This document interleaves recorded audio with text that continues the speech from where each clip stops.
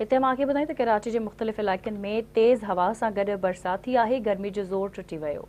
गुलिस्तान जौहर Malir airport गुलशन Iqbal super highway गुलशन हदीद ऐं आसपास इलाइक़नि में बरसात पई आहे। स्टील टाउन बिन कासिम स्कीम टेटीह गुलशन मेमार समेत आसपास जे इलाइक़नि में भी बरसात थी आहे। मौसमियात खाते अॼु शहर जे मुख़्तलिफ़ इलाइक़नि में बरसात जी अॻकथी कई हुई।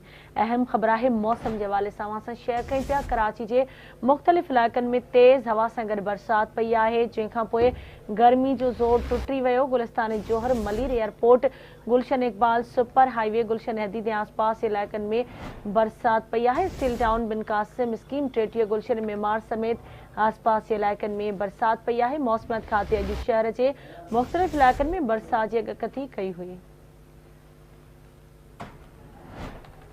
कराची जे मुख़्तलिफ़ इलाइक़नि में तेज़ हवा सां गॾु बरसात थी आहे। गर्मी जो ज़ोर टुटी वियो। गुलिस्तान जौहर मलीर एयरपोर्ट गुलशन इकबाल सुपर हाईवे गुलशन हदीद ऐं आसपास जे इलाइक़नि में बरसात थी आहे। तफ़सील मालूम कंदासीं। असां सां लाइन ते मौजूदु आहे कराची मां आवाज़ न्यूज़ रिपोर्टर शाहिद मीर सहतो। जी शाहिद।